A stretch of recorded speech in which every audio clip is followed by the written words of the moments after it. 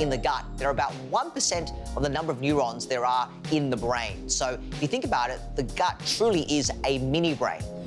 What's amazing about the gut-brain connection is that we now know there is a gut-brain axis, and that refers to a signaling mechanism that connects the brain to the gut.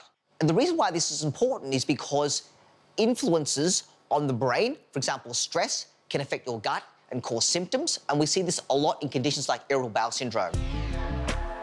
So bloating itself is best defined as an increased pressure sensation in the abdomen, and this may or may not be related to visible waist enlargement, which we call abdominal distension.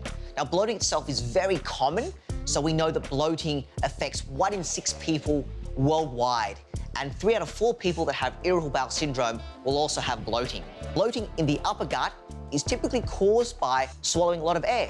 It can be caused by chemical reactions, such as the acid in your stomach interacting with the alkali that's in the small bowel, producing a lot of gas, mainly carbon dioxide.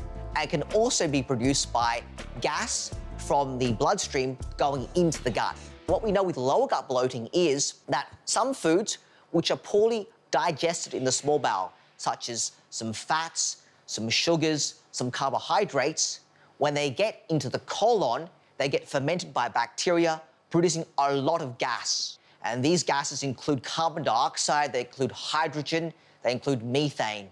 And it's that gas which is causing some gas distension and resulting in symptoms of abdominal discomfort. One of the first steps that I would recommend in someone addressing bloating is dietary modification, because if you get less of those foods that are not broken down well by the small bowel into the colon, then there's less fermentation by the bacteria. The second step is to look at the bacteria in the colon, because that's the other part.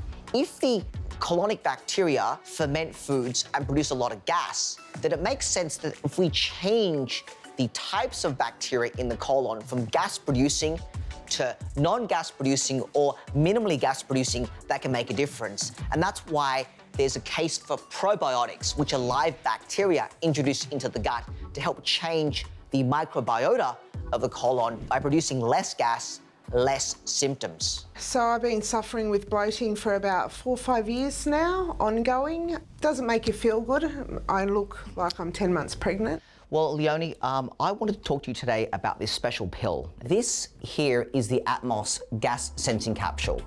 This particular pill senses the presence of gas at different levels in the gut. So, for example, it can assess the gas composition in the stomach, the small bowel, and the colon. The great advantage of this capsule is that it's able to transmit signals by Bluetooth to a portable recorder. And that portable recorder is stored in a little pouch or a little bag the patient carries. After the capsule has passed through the person, the information can then be downloaded onto a laptop, and we can get a lot of graphs. From those graphs, we can actually get a sense of the gas composition in different parts of the gut, in the stomach, the small bowel, and the colon. There's so much more that we need to discover about the gut as far as research is concerned.